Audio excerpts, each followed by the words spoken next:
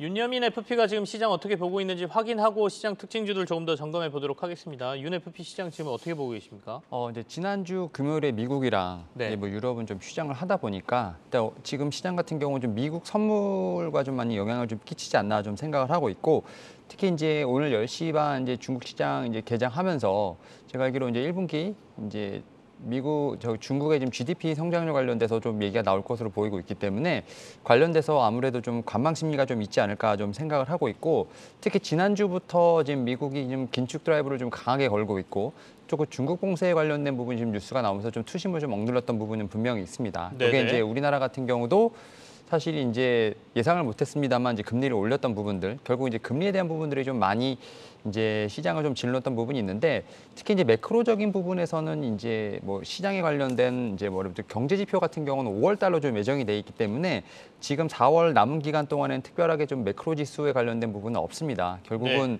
이런 측면에서 봤을 때 중국의 봉쇄령에 대한 부분들, 그다음에 이제 어닝 시즌에 대한 부분을 좀 집중해봐야 되지 않을까 좀 생각을 하고 있고, 특히 이제 중국 같은 경우는 이제 GDP 성장률 관련된 어떤 경제 성장률뿐만 아니라 이제는 거기에 나오는 이제 부양책에 대한 부분들이 좀 더 집중이 되지 않을까 좀 생각을 하고 있습니다. 그리고 이제 이번 주 말 되면 이제 뭐 EU라든지 이제 FOMC에서 어느 정도 발언 좀 나오는 부분이 있기 때문에 이런 부분에 좀 가이던스를 좀 봐야 되지 않을까 좀 생각이 드는데, 네. 확실히 5월 달에는 이제 50bp 인상에 대한 부분이 거의 이제 확실되는 분위기라고 좀 생각하고 있기 때문에 시장은 이미 좀 이런 거를 좀 반영하고 있다. 이에 따라서 좀 하단을 좀 단단하게 지키고 있지 않나라는 생각을 하고 있습니다. 알겠습니다. 하단을 좀 단단하게 지키면서 시장이 가고 있다 이렇게 평가를 해주셨고요. 오늘 시장에서 리오프닝 기대감인가요? 화장품주들 좀 괜찮거든요. 아무리 지도 오르고 LG생건도 오르고 그러는데 화장품주부터 점검하면서 시작할게요. 윤 FP 좀 점검해 주시겠어요? 일단은 이제 말씀하셨던 것처럼 이제 오늘부터 확실히 이제 네. 일상으로의 복귀가 좀 이제 어느 정도 시작이 되면서, 마스크는 안 벗잖아요. 화장하고 상관없잖아요. 그래서 이제 리오프닝도 관련돼서 좀 이제 순환매가 돌고 있는 것 같은데, 네네. 사실 이제 그 뉴스가 나오면서 이제 화장품 살짝 좀 급락이 나왔던 부분은 있습니다. 결국 이제 다른 부분은 다 어느 정도 풀린 상황인데 마스크만 좀 써야 되는 부분들, 뭐 이런 거에 대한 어떤 기술적 반등일 수도 있는데, 확실히 리오프닝 관련된 종목 중에서 이제 화장품 섹터들은 좀 이제 변동성이 좀 심하다고 볼 수 있을 것 같고, 다만 이제 리오프닝 관련된 종목들을 좀 보실 때 좀 보셔야 될 것 중에 하나가 뭐냐면, 사실 이제 제조업이나 상품보다는 아무래도 좀 서비스업이 좀 더 좀 유연하지 않을까 좀 생각을 하고 있고, 네. 사실 중국보다는 좀 미국향이 좀 많은 부분들, 그다음에 가격 결정력이 좀 있는 좀 이제 종목이나 섹터를 봐야 될 것 같은데, 우리나라 화장품 같은 경우는 대부분 좀 중국향이 좀 많기 때문에 그렇죠. 지금의 어떤 반등은 약간 기술적 반등일 수도 있다라는 측면에서 봤을 때 오히려 OEM, ODM 업체들이 좀 더 낫지 않을까 좀 생각을 하고 있고, 네. 그래도 어쨌든 간에 좀 시장에서 봤을 때는 리오프닝은 시간의 문제다라는 생각이 들고 있고, 오히려 기초보다는 이제 색조 화장으로 좀 가는 부분이 있기 때문에 이러한 측면에서 좀 OEM, ODM, 그다음에 좀 이제 중국향보다는 좀 미국향이 많은,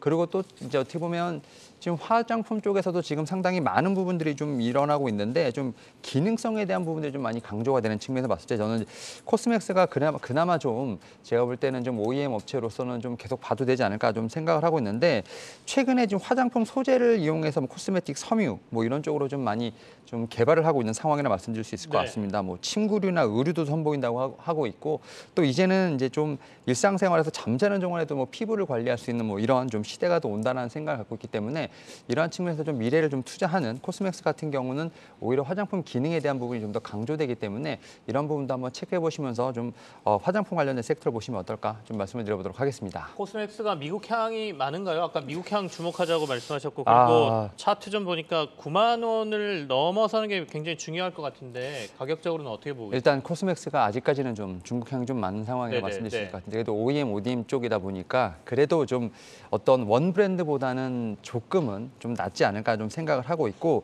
지금 말씀하셨던 것처럼 이제 화장품 관련된 종목들이 지금 중국향 관련된 부분에서 많이 좀 눌렸던 부분들, 이런 부분이 있는데, 지금 9만 원대 말씀하셨던 것처럼 매물대가 좀 많이 모여 있는 상황이라 말씀드릴 수 있을 것 같고, 네. 이 부분을 얼마큼 넘어가느냐가 좀 중요하지 않을까 좀 생각을 하고 있는데, 최근에 좀 보게 된다고 한다면 조금은 좀 매수가 좀 들어오는 부분들, 물론 이제 기관이라든지 좀 외인 같은 경우는 약간 트레이딩에 어떤 좀 포지션을 취하고 있지만 연기금이 그래도 꾸준히 좀 매수를 하고 있다는 점에서 제가 볼 때는 9만 원대를 넘어가게 된다고 하면 지금 매물대 거의 12만 원대까지는 거의 없는 상황이기 때문에 충분히 요 이제 매물대를 벗겨낸다고 하면 좀 기술적 반등은 충분히 나올 수 있지 않을까 생각하고 있습니다. 알겠습니다. 코스맥스 화장품주 중에는 그래도 관심 있게 보고 계신다라고 말씀 주셨습니다. 박세현 캐스터랑 얘기 좀 나눠볼게요.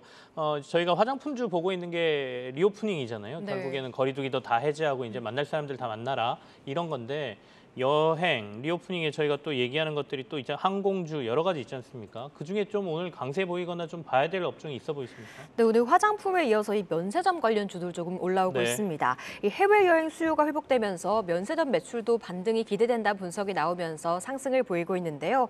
하지만 이 여행이나 항공 같은 이런 타 섹터 대비 조금 더 느린 호흡으로 올라오고 있거든요. 네. 이쪽 전망은 어떻게 봐야 할지 궁금한데 이 호텔 신라나 뭐 신세계 같은 종목들은 어떻게 보시나요, 윤여민 FP님? 사실 이제 말씀하셨던 것처럼 이제 리오프닝에서 좀 확실히 좀 돌고 있는데 네. 면세점주에 대해서는 저는 이렇게 막 그렇게 긍정적으로 보고 있다라고 좀 생각은 하진 않는데 일단은 지금 뭐 아직 안 오른 섹터 중에 하나라고 볼 수 있을 것 같아요. 뭐 지금 면세점이라든지 카지노 관련된 쪽에서는 아직까지는 좀 시세가 나오고 있지 않는 상황이라 볼 수 있을 것 같은데 저는 이제 면세점 같은 경우는 충분히 좀 업사이드는 있다고는 합니다만 뭐 기존의 뭐 여행이라든지 항공 같은 어떤 그런 드라마티컬한 상승이 나오기보다는 확실히 좀 실적을 좀 확인하면서 좀 가는 좀 그런 측면이 있지 않을까 좀 생각을 하고 있고 네. 확실히 이제 면세점 같은 경우는 이제 우리가 보는 뭐 중국의 보따리상 관련된 부분이 좀 있지 않을까 생각을 하는데 그 전까지도 지금 뭐 코로나19로 좀 어느 정도 봉쇄가 있었음에도 불구하고 꾸준히 좀 매출이 나왔다는 점에서 제가 볼 때는 급격한 제가 볼 때는 뭐 매출에 대한 어떤 신장세가 나오지는 않을 것으로 보이고 있습니다. 오히려 네네. 그리고 면세점에 대한 부분을 좀 최근에는 백화점 쪽에서 많이 하고 있는 부분이 있기 때문에 일단은 실질적으로 좀 해외여행에 대한 부분들이 좀 가속화되고 여기서 좀 면세점에 대한 좀 숫자가 좀 찍히는 부분이 좀 있어야 되지 않을까 좀 생각을 하면서 그럼에도 불구하고 좀 업사이드는 있다라고 생각을 하고 있고 뭐 탑픽은 뭐 호텔 신라 좀 말씀을 좀 드려보도록 하겠습니다. 알겠습니다. 면세점 쪽에는 탑픽은 호텔 신라다 이렇게 말씀 주셨고요.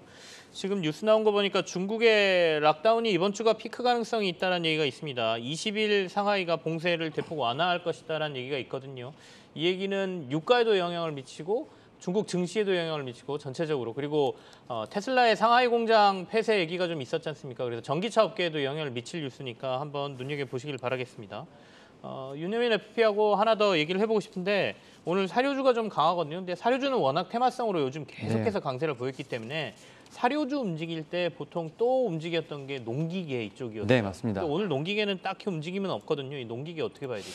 그러니까 확실히 이제 사료는 이제 약간 테마성으로 이제 움직임이 좀 있고 네. 아직까지는 좀 우리가 말하는 뭐 실적에 대한 부분들 오히려 이제 이런 부분은 아직 체크가 좀 아직은 안 된 상태인데 지금 말씀하셨던 농기계 부분들 뭐 특히 이제 뭐 대동이라든지 TYM 같은 경우는 사실은 뭐 이제 농슬라 하면서 사실은 많이 주목을 좀 받았고요. 네. 그리고 좀 실적에 대한 부분들이 많이 강조가 되고 있는데 특히 뭐 TYM 같은 경우는 뭐 대동은 이제 1위라고 말씀드릴 수 있을 것 같고 좀 상당히 많이 갔는데 TYM 같은 경우는 아직 좀 따라가는 상황이라 볼 수 있을 것 같고 최근에 뭐 농기계 관련돼서는 뭐 이제 자율주행 농기계도 좀 나온다고 합니다. 여기에 이제 트랙터 관련된 부분은 계속 수출이 좀 이루어지고 있는데 뭐 트랙터 관련된 부분에서도 올해 좀 매출이 뭐 1조가 넘을 것으로 예상되는 점에서 봤을 때 네. 오히려 좀 실적이 좀 잠보되는 좀 측면을 본다고 한다면 오히려 이런 좀 농기계 관련된 종목들을 좀 더 매수하는 게 안전하지 않을까 좀 생각을 하고 있고 특히 이제 많이 올랐다고 생각할 수도 있겠습니다만 여전히 좀 퍼가 낮다라는 측면에서 봤을 때 오히려 대동을 좀 1순위로 본다고 한다면 이제 TYM 같은 경우가 2순위라고 볼 수 있을 것 같은데 오히려 차트상으로는 좀 TYM이 좀 더 안전해 보인다라고 말씀을 좀 드릴 수 있을 것 같습니다. 네. 알겠습니다. 사료주가 좋을 때 농기계도 같이 보자 이런 관점에서 농기계와 관련된 회사들을 좀 점검을 했습니다. 소영 캐스터께서는 지금 시장에서 또 다른 거 본다고 하면 뭐 보는 게 좋을 것 같습니까? 저는 오늘 좀 엔터주들의 흐름을 살펴봐야 할 것 네네. 같은데요. 현재 JYP 엔터가 7% 하락하고 있고 YG 엔터테인먼트도 6%, 하이브도 4%까지 전반적으로 크게 밀리고 있습니다. 이 화장품주나 면세, 뭐 백화점 같은 경우는 너무 오르고 있는데 이렇게 엔터주들 차익 매물 나오는 걸 어떻게 보는 게 좋을까요, 윤여민 FP님? 저는 이제 앞서서 이제 리오프닝 관련된 섹터를 네네. 좀 말씀을 드리면서 이제 좀 이제는 선별해야 되지 않을까라고 좀 말씀을 드렸었는데 일단 뭐 제조보다는 서비스 그리고 좀 미국향에 대한 부분들이 많은 그리고 가격 결정력이 좀 있는 섹터를 보자고 말씀을 드렸는데 그 중에 하나가 저는 이제 엔터테인먼트 섹터가 아닐까 좀 생각을 하고 있습니다. 특히 이제 엔터테인먼트 관련된 쪽에서 봤을 때는 지금 미국에 대한 시장이 좀 열리고 있죠. 지금 각국에서 거의 3월부터 이제 마스크가 좀 어느 정도 이제 많이 풀렸죠. 마스크를 굳이 이제 쓰지 않아도 되는 의무 착용화가 좀 거의 풀린 상태이기 때문에 뭐 우리나라 같은 경우는 조금 시간이 걸리겠습니다만 결국 대규모 콘서트가 좀 예정이 되어 있는 상황이라 볼 수 있을 것 같고 이러한 측면에서 봤을 때 우리나라 이제 K-팝에 대한 부분들 사실 이제 코로나19 때 좀 위상이 많이 올라갔기 때문에 오히려 이제 대규모 콘서트가 열린다고 한다면 뭐 예전과는 다른 더욱더 강한 수요가 있지 않을까 좀 생각을 하고 있고 결국 이제 이러한 좀 엔터테인먼트 관련된 부분 회사들 같은 경우는 뭐 오프라인 관련된 어떤 매출도 있겠습니다만 이 부분을 활용한 뭐 NFT를 좀 할 수 있고 결국 이제 이러한 부분에서 봤을 때 오히려 이렇게 좀 차익 매물에 대한 부분은 최근에 좀 많이 올랐던 지금 이제 4월 초반까지는 좀 많이 올랐기 때문에 여기에 따른 뭐 차익 실현이라고 생각을 하고 있고 오히려 지금은 좀 바닥을 좀 잡게 된다고 하면 오히려 좀 매수 관점으로 보시는 게 좋지 않을까 좀 생각을 하면서 저는 뭐 엔터테인먼트 관련된 이제 종목들 같은 경우는 오히려 지금 리오프닝에서도 가장 큰 수혜를 볼 수 있는 섹터라고 생각하기 때문에 오히려 조정 시마다 조금씩 분할 매수 관점으로 접근하는 것도 나쁘지 않다라고 좀 생각을 하고 있습니다. 알겠습니다. 오늘 엔터주가 좀 조정을 좀 받고 있습니다. 그간 이제 리오프닝과 관련돼서 엔터주들 좀 많이 올랐지 않습니까? 거기에 대한 조정이라고 볼 수도 있고 BTS 6월 달에 새 앨범 발표한다는 뉴스 있는데 네. BTS 관련해서 또 새 앨범 나오고 그러면 신제품 나오는 거니까요. 신제품에 대한 기대감 또 시장에 있지 않을까 싶기도 하고요. 삼성바이오로직스 한번 유념인 FP하고 살펴보고 싶은데요. 최근에 이제 3조 2천억 원 규모 유상증자를 다 마무리를 했습니다. 납입까지 네. 끝났거든요. 네. 이게 삼성물산하고 삼성전자에서 돈 넣어준 거잖아요. 네네. 사업 더 잘하라고. 그리고 공장도 새로 짓겠다라고 하고 그래서 그런지 이번 주에 추천 종목에 그 증권사들의 추천 종목에 삼성바이오로직스가 들어있는 걸 봤는데 삼바 지금 상황에서 어떻게 보고 접근해야 되는지 좀 볼까요? 사실 이제 제약발 섹터 참 힘들죠. 네. 힘들고 특히 이제 코로나19로 좀 엮여 있는 섹터라고 하면 이제 진단 키트, 그다음에 백신, 뭐 이제 CMO 정도가 좀 들 수 있을 것 같은데 이 중에서 저는 CMO 섹터는 계속해서 좀 수주에 대한 부분들, 좀 실적에 대한 부분은 계속 담보가 되지 않을까라는 좀 생각을 하고 있는데 네네. 사실 뭐 제약바이오 섹터 중에서 이제는 뭐 이제 코로나19 좀 색깔이 묻지 않은 이제 뭐 기술 수출하는 쪽으로 좀 계속 봐야 한다라는 좀 얘기가 나오고 있습니다만 CMO 섹터 같은 경우도 저는 계속해서 좀 수주가 늘어나지 않을까 좀 생각을 하고 있는데 네. 특히 이제 RNA 뭐 치료제 관련된 부분들부터 시작해서 이제 세포 치료제, 항체 치료제가 계속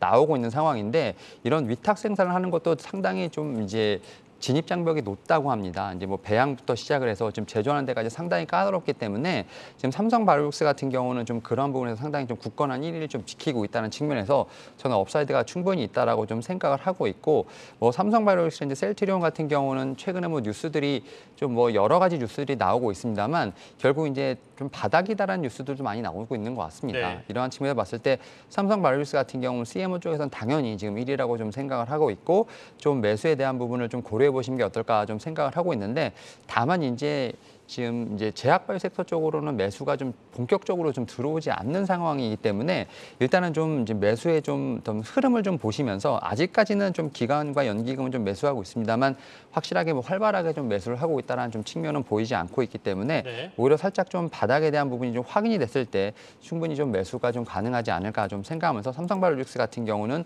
제가 볼 때 충분히 기술적 반등 나오지 않을까 생각하고 있습니다.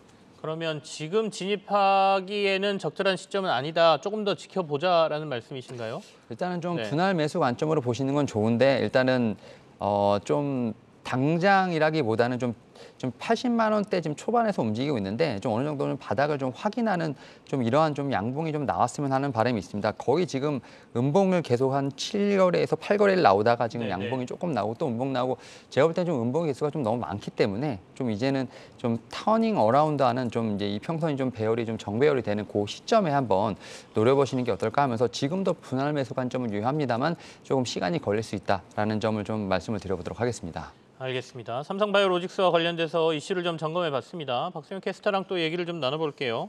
앞서 이제 면세점과 관련된 거 저희가 한번 체크했거든요. 또 시장에서 특징적으로 보이는 게 어떤 게 있는지 소영 캐스터 한번 짚어주시겠습니까? 네, 오늘 좀 완성차주들도 상승을 하고 있기 때문에 한번 보고 싶은데요. 현대차가 오늘 모든 자동차에 자체 운영 체제를 탑재한다고 밝히면서 현대오토에버가 장 초반 3% 넘는 상승을 보였고요. 다른 자동차 기아나 현대차 같은 종목들도 빨간불로 돌리면서 현재 1%대 견조한 흐름을 나타내고 있습니다. 그래도 최근 좀 바닥을 잡고 올라오고 있는데 이 무거운 자동차주들은 어떻게 보는 게 좋을까요? 사실 이제 좀 지수가 움직이려고 하면 이제 우리나라 같은 경우 코스피 같은 경우 반도체랑 자동차 섹터가 좀 움직여야 되는 부분이 있는데 확실히 이제 현대차 같은 경우는 이제 16만 원, 17만 원대 지금 바닥을 좀 잡은 모습은 있습니다만 확실히 좀 실적에 대한 부분이 좀 터닝 어라운드 되거나 혹은 이제 모멘텀이 있는 어떤 그런 뉴스가 좀 나와야 될 것으로 보이고 있는데 일단 1분기 상당히 힘들었던 부분이 있습니다만 지금 현대차나 기아 같은 경우는 좀 실적에 대한 부분이 좀 어느 정도 방어가 되고 있지 않나 그런 생각이 들고 있습니다. 네. 사실 러시아랑 우크라이나 사태가 좀 터졌을 때 가장 이제 좀 피해를 본 섹터라고 볼 수 있을 것 같은데 최근에 좀 현대차가 좀 발빠르게 미국에 지금 이제 전기차라든지 하이브리드 공장을 지으면서 결국 이제 내연기관차는 많이 좀 판다고 하더라도 주가에는 크게 좀 모멘텀을 끼치기는 힘들지 않을까 좀 생각하면서 결국은 이제 이 터닝 어라운드 되는 시점은 이제 전기차 관련된 이제 좀 품목이 좀 많이 팔리고 있고 또 네. 이제 뭐 우리가 지금 계속 얘기하는 UAM이라든지 로봇과 관련된 어떤 이러한 좀 모멘텀이 움직일 때 좀 종목들이 움직이지 않을까 좀 생각을 하면서 여전히 현대차 같은 경우는 좀 매수의 관점으로 보고 있습니다만 뭐 삼성바이오로직스와 마찬가지로 일단 종목들이 좀 무겁고 일단 바닥을 좀 다지는 모습이 있기 때문에 지금 바로 좀 들어가기보다는 뭐 한 6개월 정도 한번 좀 대형주는 좀 묵혀보신다라는 생각을 가지면서 좀 지켜보시는 게 어떨까 좀 말씀을 드려보도록 하겠고 네. 좀 본격적으로 좀 시세가 나오려면 그래도 한 21만 원 이상의 어떤 매물대를 뚫고 올라가야지만이 제가 볼 때는 좀 상승에 대한 부분을 좀 확신할 수 있는 부분이 있기 때문에 일단은 좀 밑에서 좀 지켜보는 어떤 그런 것도 좀 좋지 않을까 생각하고 있습니다. 네, 알겠습니다. 시장이 코스피가 잘하면 빨간불로 돌아설 수도 있겠습니다. 점점 낙폭을 줄이고 거의 하락폭이 0.02%니까요. 오전에 아침에 나온 뉴스 그리고 공시들 좀 꼼꼼하게 점검해 볼 필요가 있겠죠. 이해수 앵커가 준비하고 있습니다. 네, 오전장 시장에 영향을 줄 수 있는 주요 뉴스와 공시 정리해드리는 시간입니다. 주요 공시부터 체크해 보시죠. 먼저 삼부토건 공시입니다. 정부 정책 건설주 테마죠. 지난주 금요일에도 공시가 나오면서 거래량이 대량으로 좀 실렸습니다. 지난주 금요일에는 4월 29일 유증을 단행한다라는 공시였는데 이에 거래량이 수반된 주가 탄력적인 흐름을 보였었는데 오늘 오전에 공시가 또 나왔습니다. 이 삼부토건이 평택 드림테크 산단 물류센터 신축 공사를 수주했다고 밝힌 건데요. 계약 금액이 꽤 큽니다. 무려 1,375억 원으로 작년 삼부토건의 매출액 42% 수준이라고 합니다. 오늘까지 주가 상승의 지속성을 보여주고 있는 모습, 현재는 3.5% 빨간불을 켜내고 있습니다. 자, 이어서 뉴스 확인해 보겠습니다. 첫 번째 뉴스, 바로 중국 뉴스입니다. 이번 주는 중국에 좀 시선이 쏠려 있죠. 당장 오늘부터 GDP 어떻게 발표되냐, 또 부양책 얼마나 쓸 거냐의 귀추가 주목되고 있는 가운데 상하이 봉쇄가 대폭 완화된다라는 소식이 들려옵니다. 로이터 통신은요, 상하이 봉쇄가 3주 넘게 이어지자 주민들의 반발, 또 경제 충격이 너무 심해졌다면서 오는 수요일 20일까지 관련 봉쇄를 대폭 완화하는 방안을 추진하고 있다라고 보도를 했습니다. 일단 장기 봉쇄 여파로 중국 4월 GDP가 3%포인트 급락할 것이라는 전망도 나오고 있는데요. 문제는 아직도 코로나 창궐 여파가 줄지 않고 있다는 거죠. 추이 좀 계속해서 지켜보셔야겠습니다. 일단 이 뉴스에 오늘 화장품주, 중국 화장품 관련주는 반응해주고 있는 모습입니다. 대표적으로요, 이렇게 큰 아모레퍼시픽이 오늘 6% 가까이 상승폭을 대폭 확대하고 있습니다. 자, 두 번째 뉴스 확인해 보도록 할까요? 현대차 그룹 뉴스입니다. 현대차가 글로벌 자동차 업계 최초로 이 커뮤니티 기반 NFT 시장에 진출한다고 합니다. 체감상 시장에서 메타버스 NFT의 화제성은 조금은 떨어진 듯한데 다시 한번 NFT 시장에 불을 지피는 현대차. 이 현대차는 커뮤니티 기반 NFT 시장에 진입을 해서 고객에게 이제 다양한 브랜드 경험을 제공한다라는 계획인데요. 현대차 주가 이제 진짜 좀 바닥을 확인한 걸까요? 시장 하락에도 불구하고 현대차 그룹주들 오늘 빠지지 않고 개장부터 버텨줬습니다. 그룹주 안에서는 현대위아가 제일 강한 모습이네요. 현대위아 현재 시각 1.7% 상승물을 켜내고 있습니다. 자, 다음 뉴스 보시죠. 오늘 인플레 관련주 안에서도 주연을 자처하고 있는 닭고기 관련주 뉴스입니다. 올 여름에는 다이어트 비용도 조금 더 많이 들겠습니다. 먹느라 돈 쓰고 빼느라 돈 더 쓰는 거죠. 뭐 원래 그런 거죠. 이 국내 주요 파우치 닭가슴살 생산 업체들이 최근 제품 가격을 10%나 올렸다고 합니다. 이 우크라이나 사태로 밀 옥수수 가격이 올랐고 사료 가격도 연쇄적으로 오르자 사료를 먹는 닭값도 당연히 오를 수밖에 없는 거겠죠. 이 CJ 제일제당에서 나오는 닭가슴살 파우치가 원래는 2,980원짜리가 이제는 3,280원으로 올랐다니 한 10% 조금 넘게 오른 거죠. 인플레 관련주 돌아가면서 순환매가 나오고 있는 가운데 오늘은 닭고기 차례네요. 현재 마니커는 상한가는 풀렸습니다. 26% 급등 중에 있습니다. 자, 마지막 뉴스 진매트릭스 뉴스 한번 확인해 보도록 하겠습니다. 바이오에서 또 뉴스가 나와주네요. 오늘 일부 바이오 종목들 선별적으로 강세를 보이고 있는 가운데 개별 뉴스가 또 하나 나와줍니다. 진매트릭스는 자궁경부암 치료제 후보 물질에 대한 국제 특허를 출원했다라고 밝혔는데요. 미국 존스홉킨스대에서 개발한 자궁경부암 동물 시험 모델을 이용해서 유효성을 평가를 마쳤다고 합니다. 현재 17% 가까이 급등 중에 있습니다. 이 시각 뉴스와 공시 확인해드렸습니다. 네, 시장에서 나온 뉴스 그리고 공시들 확인했습니다. 바이오 관련 뉴스들도 좀 있고요. 아침에 뉴스가 나오면 시장에서 반응하는 것들이 있죠. 대부분 중소형주들이 그런 반응들이 많이 나오는데 꼼꼼히 체크해보면서 또 시장에서 반응할 필요도 있겠죠.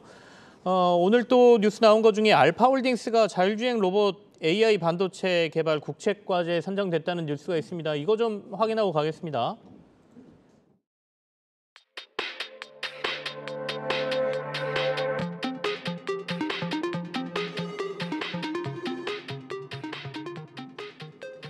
패러다임 랩스의 김병희 대표가 연결돼 있습니다. 김 대표님.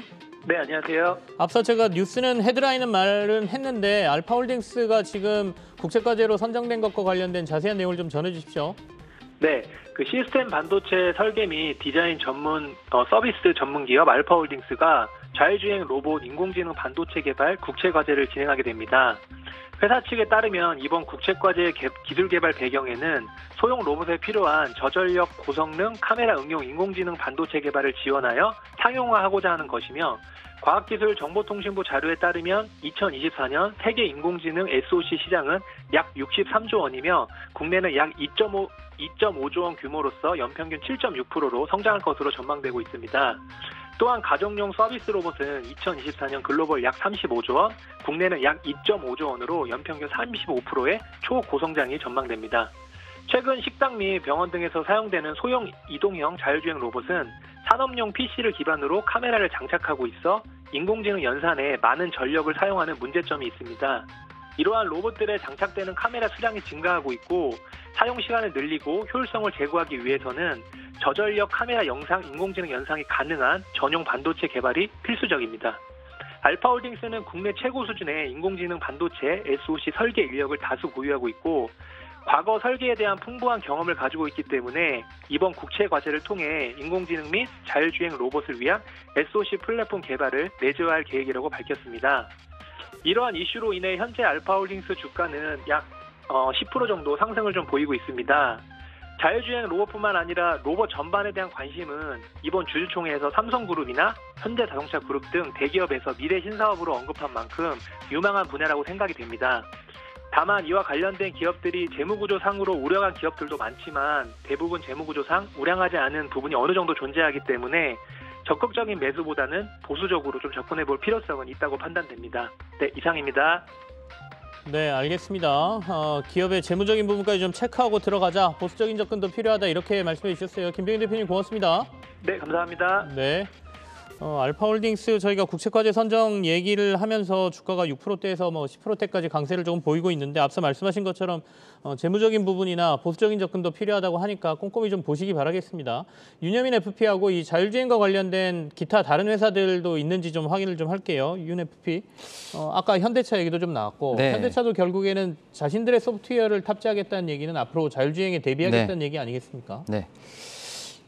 저는 이제 자율주행하면 가장 먼저 떠오르는 게 만도라고도 만도. 생각이 네. 드는데 사실 만도 같은 경우는 최근에 좀 약간 자동차 반도체가 좀 부족되는 상황이 좀 염려가 됐었던 부분도 있고 이제 분할에 대한 부분도 여러 가지 좀 유증이나 이런 부분도 있었는데 올해는 그래도 좀 안정적으로 성장하지 않을까라는 좀 측면이 있다라고 좀 말씀을 드려볼 수 있을 것 같습니다. 특히 이제 북미 쪽에 좀 지역 고객사로부터 연결 매출 한 10% 이상이 좀 발생하지 않을까 좀 생각을 하면서 관련된 실적 개선세가 좀 유지된다 말씀드릴 수 있을 것 같고 특히 이제 현대차 그룹이 3분기부터 생산을 좀 어느 정도 정상화하겠다는 좀 얘기가 나오고 있습니다. 아직까지는 좀 정상화 힘든 부분이 있습니다만 이렇게 됐을 때 지금 첨단 운전자 지금 자원 시스템 ADAS 관련돼서 좀 판매량이 좀 회복되지 않을까 이런 측면에서 좀 하반기에 좀 분명히 판매 조합에 대한 부분도 예상해 볼 수 있다 말씀드릴 수 있을 것 같고 또 작은 기업으로 저는 이제 보고 있는 게 이제 캠트로닉스도 말씀을 좀 들어볼 수 있을 것 같은데 캠트로닉스 같은 경우는 뭐 자율주행 사업에 대한 매출이 좀 규모가 크지는 않습니다만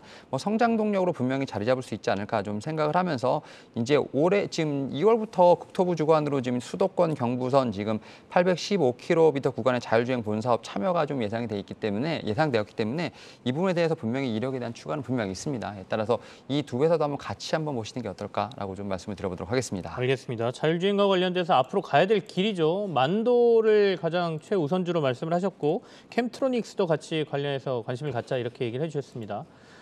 미국도 그렇고 국내도 그렇고 이제 본격적인 실적 시즌으로 들어와 있고요. 이번 주에 굵직굵직한 기업들의 실적 발표가 예정돼 있습니다.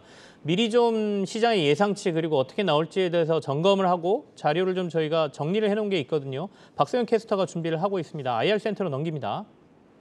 네, IR센터입니다. 먼저 네이버의 1분기 실적 전망 알아보겠습니다.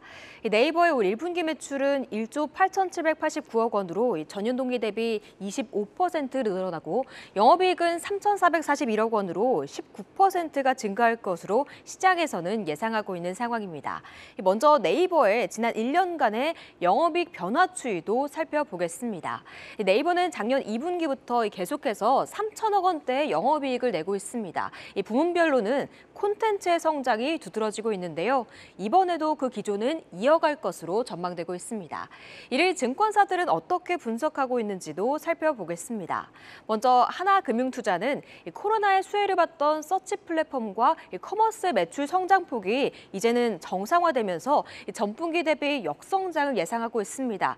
콘텐츠의 고성장은 올해도 지속될 것으로 보지만 목표가는 하향 조정하고 있습니다. 다음 이베스트 투자증권의 의견도 보시면요. 연봉 인상과 성장주의 밸류에이션 디스카운트 등으로 인해 단기적으로 비우호적인 환경에 있다고 보고 있습니다. 하지만 중장기적으로는 좋고 여기에 블록체인 사업의 잠재력을 눈여겨봐야 한다고 분석하고 있습니다. 다음 키움증권도 비슷한 의견에 더해서 이제 위드 코로나로 들어가면서 이에 따른 이커머스 시장의 성장성이 둔화될 것이라고 전망하고 있습니다. 네이버의 흐름도 살펴보시면 최근 수급이 외국인은 매도로 개인은 매수에 나서고 있는 상황입니다. 대형 수급이 부재한 탓에 다시 한번 또 신저가 부근까지 내려와 있는데요. 그래도 0.4% 하락하면서 30만 7천 원 선에 거래되고 있습니다. 이어서 KB금융의 실적 전망도 알아보겠습니다.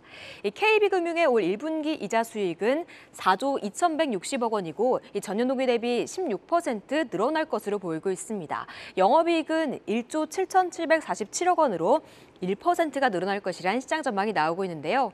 이를 두고 증권사에서는 1분기 이자익 중심으로 호실적을 낼 것으로 보고 있습니다. 여기에 한국투자증권에 따르면 자사주 소각과 분기 배당 등 주주 친화 정책까지 잘 펼쳐내는 점을 긍정적으로 보면서 은행 업종 내 탑픽으로 꼽는다고 주장하고 있습니다. 다음 SK증권의 의견도 살펴보시면요. 올해 비이자이익은 감소해도 이자이익이 크게 늘면서 실적은 더 좋아질 것으로 보고 있습니다. 상반기까지 은행주들이 강세를 보일 것으로 분석하면서 목표가 8만 원으로 상향 조정했습니다. KB금융의 흐름 보시면 지난주 한국은행이 기준금리를 인상했음에도 크게 움직이지 못하고 있습니다. 큰 성장은 쉽지 않을 것이란 평가가 나오는 가운데 좀 어제는 화란불을 켜냈지만 오늘은 상승으로 올려 세우면서 0.1% 빨간불 켜내고 있습니다. 오늘 이렇게 살펴본 종목 중에 네이버의 전망이 좀 궁금해지는데요. 카카오와 함께 플랫폼 투톱으로 꼽히고 있는 종목이지만 이 지주사로서의 전환이 된 카카오보다는 네이버는 성장성 있는 사업들이 더 많기 때문에 둘 중에 더 긍정적으로 보는 평가가 많은데요. 1분기 실적 발표 후에 네이버의 주가 향방은 어떻게 될까요?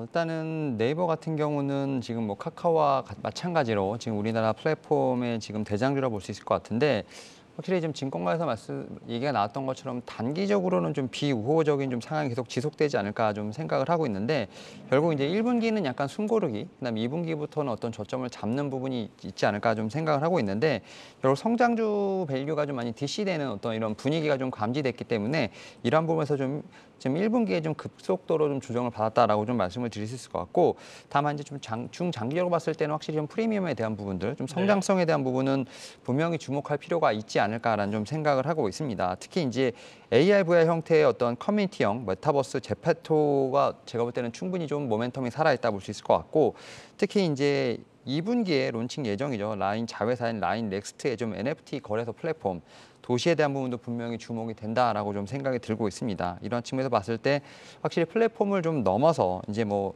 NFT 관련된 쪽의 어떤 플랫폼까지도 같이 어우를 수 있는 부분이 있기 때문에 뭐 엔터, 게임, 메타버스 같은 대부분의 지금 이제 가상자산에 대한 부분까지도 다 아우를 수 있다라고 생각이 드는데, 지금 최근에 보게 된다고 하면 좀 수급들이 많이 좋지 않은 상황, 지금 이제 과대 낙폭주로서 지금 개인 투자만이 지금 매수를 하는 상황이라 볼 수 있을 것 같고, 이런 측면에서 좀 주가가 좀 바로 반드시 이제 바로 반등하기보다는 약간의 좀 횡보가 좀 필요하지 않을까 좀 생각을 하면서, 앞에서 말씀드렸던 뭐 대형주처럼 이 종목도 약간의 좀 이제 바닥을 잡는 그런 움직임이 필요하지 않을까 생각을 하면서 좀 하반기를 좀 노려보는 게 어떨까라는 저의 좀 개인적인 생각을 좀 말씀드려보도록 하겠습니다. 알겠습니다. 대선 끝나고 나서 플랫폼 업체들 주목을 좀 받다가 다시 좀 조정받는 모습이죠. 얼마 전에 최수연 네이버 대표가 5년 내에 네이버의 글로벌 사용자 10억 명까지 올리겠다, 그리고 매출도 15조 원을 달성하겠다는 공격적인 목표를 제시하기도 했습니다. 회사 굉장히 젊어졌어요. 그리고 이번에 제2사옥 뭐 얘기 들어보니까 로봇가 다니고 있고 안에 스타벅스도 들어오고 병원까지 들어왔다라고 하는데, 직원들에 대한 대우도 좀 바뀌는 것 같습니다. 네이버 윤여민 FP의 전체적인 전망까지 저희가 확인을 했습니다. 소영 캐스터는 여기서 인사를 해야 될 것 같습니다. 오늘 IR센터까지 고생 많았습니다. 고맙습니다. 네.